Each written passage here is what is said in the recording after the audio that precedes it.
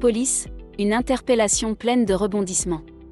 Bonjour à tous et bienvenue sur Chojapap, votre chaîne dédiée aux histoires de la vie quotidienne. Selon un bilan de l'Association des sociétés françaises d'autoroutes, ASFA, en juillet 2019, les principales causes d'accidents mortels en 2018 sont l'alcool, les drogues et les médicaments.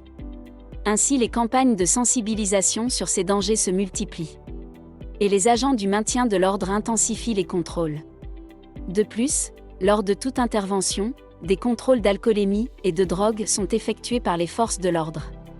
C'est au cours d'une telle intervention, suite à un accident de la route, que les gendarmes seront les témoins d'une scène assez stupéfiante, voire cocasse. Après avoir regardé cette vidéo, merci de faire un tour sur notre chaîne Chojapap afin de découvrir toutes nos histoires aussi croustillantes et ahurissantes les unes que les autres. N'hésitez pas à vous abonner et à activer la cloche de notification afin de ne manquer aucune de nos publications, si vous nous rejoignez pour la première fois. Un like, un commentaire ou un partage seront également appréciés afin de faire grandir notre communauté. Le week-end du 7 novembre dernier, les gendarmes de Saint-Rome-de-Tarn sont intervenus sur un accident matériel de la circulation routière sans gravité en pleine nuit. En effet, il s'agissait d'un conducteur victime d'une sortie de route au niveau de la commune de Saint-Georges-de-Luzançon. Une fois sur le lieu de l'accident, tel que rapporté le 12 novembre par la gendarmerie de l'Aveyron sur leur page Facebook, les gendarmes ont constaté lors de leurs investigations que le véhicule était volé. Le conducteur, présumé voleur du véhicule, conduisait sous l'emprise de drogue et sans permis de conduire.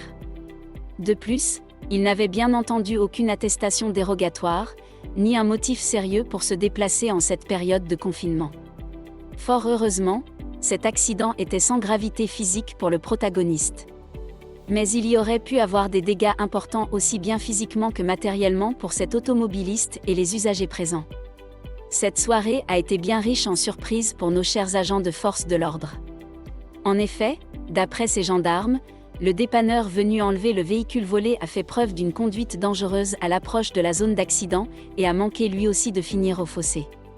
Ce qui les a incités à le soumettre également à un dépistage qui a révélé la présence d'un taux d'alcoolémie de 1,74 g par litre. Sachant que le taux d'alcool maximum autorisé est de 0,5 g par litre de sang, notre dépanneur avait plus de 3 fois ce taux maximum autorisé. Il verra donc son permis de conduire immédiatement suspendu comme le prévoit la législation. De plus, il fait l'objet d'une procédure judiciaire pour conduite sous l'emprise d'un état alcoolique.